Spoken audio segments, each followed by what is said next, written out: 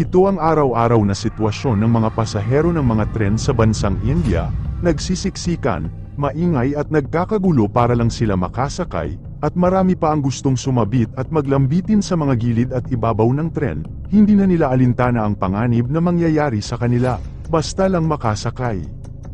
Ang bansang India ay ang pangalawang pinakamalaking network ng tren sa buong mundo, at ang katotohanan nito ay may mahigit na 23 milyong mga pasahero ang nagtitiyaga sa pang-araw-araw na pagsakay, at ito rin mismo ang isa sa mga dahilan sa likod ng pagiging overcrowded at overloaded nito. Kilala ang India na isang bansa na may napakalaking populasyon. Ito ang tanging bansa sa buong mundo na may populasyon na may higit sa 1.3 bilyong katao, kaya hindi maiiwasan na sa sobrang dami ng mga tao ay kinukulang na rin ang mode of transportation kagaya ng mga tren. Ang sistema ng riles ng India ay isa sa mga pinakamaginhawang mode of transportasyon para sa maraming tao, na humahantong sa mataas na demand, kaya kinukulang at naging overloaded ang mga tren.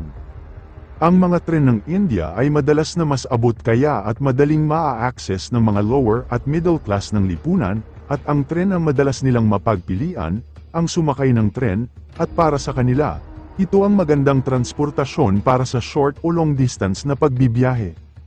Ang mga infrastruktura ng riles sa India ay hindi sapat upang ma-accommodate ang mataas na dami ng mga pasahero, ang demand ay mas mataas kaysa sa supply, kaya, kapag tumataas ang demand, ang mga riles ng India ay hindi sapat upang matugunan ang mga ito, na kung saan ay nagre-resulta sa pagiging overcrowded nito, at hindi na rin sila makakagamit ng upuan, at ang mga kondisyon ng mga pasahero ay hindi na pangkaraniwan dahil sa sobrang siksikan.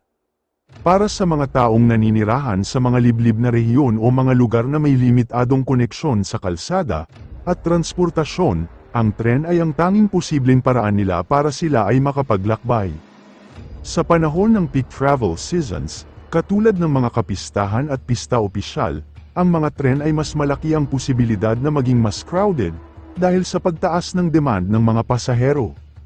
Maraming mga tao ang umaasa sa mga tren para sa kanilang pang-araw-araw na pag-commute, lalo na kapag rush hour o peak hours, na humahantong sa pagtaas ng congestion, sa sobrang dami ng mga pasahero at kahit delikado ay kailangan nilang sumakay sa ibabaw ng tren, ang iba naman ay naglalambitin na sila sa gilid ng tren makasakay lamang at para makauwi.